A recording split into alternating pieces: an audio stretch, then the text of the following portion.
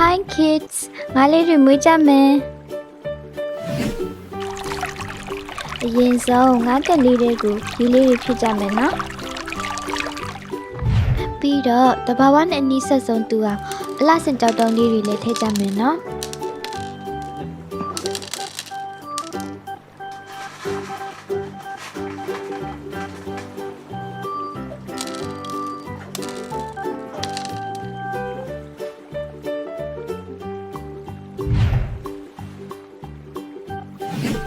ငါကက်နမှာရှိတဲ့ငါးလေးတွေနေတဲ့ရေတန်းစင်ဖို့အပင်လေးတွေလိုတယ်နော်အဲ့ဒါကြောင့်ရေမော်လေးတွေထည့်ကြမယ်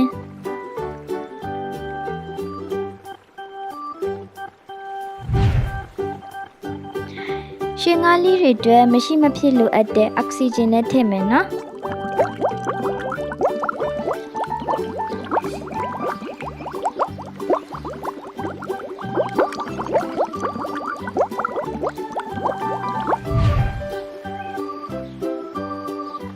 ကဲတတမမီတို့စောင့်မျှော်နေကြတဲ့ရှင်ကားလေးတွေထည့်ဖို့အချိန်ရောက်ပြီ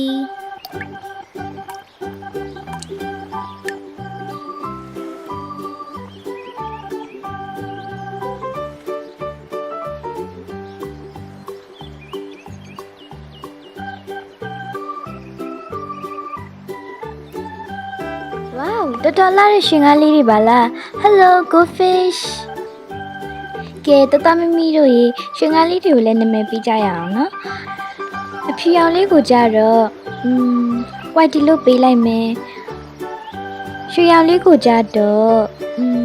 ဂူဒီလို့ပေးလိုက်မယ်လေရှင်ကားလေးတွေကိုမွေးမယ်ဆိုရင်ကာတွန်းကားတဲ့ကလိုကန်တတိလေးထဲမှာတကောင်နဲ့မမွေးရဘူးနော်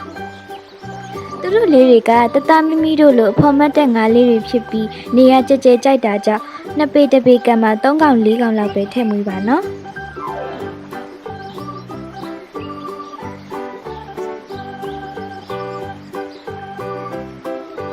Tropical fish လို့ခေါ်တဲ့အပူပိုင်းအလှမင်းကားလေးလည်းထည့်ရအောင်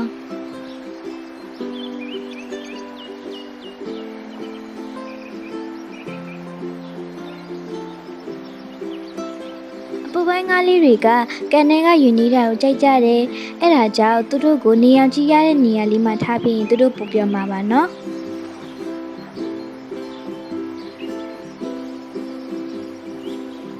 လေးတွေကခလေးလေးတွေမွေးရင်အကောင်လိုက်မွေးပြီးတစ်ခါမွေးရင်အကောင်90လောက်မွေးရကြတတမမီတို့စိတ်ဝင်စားကြမှာပါနော်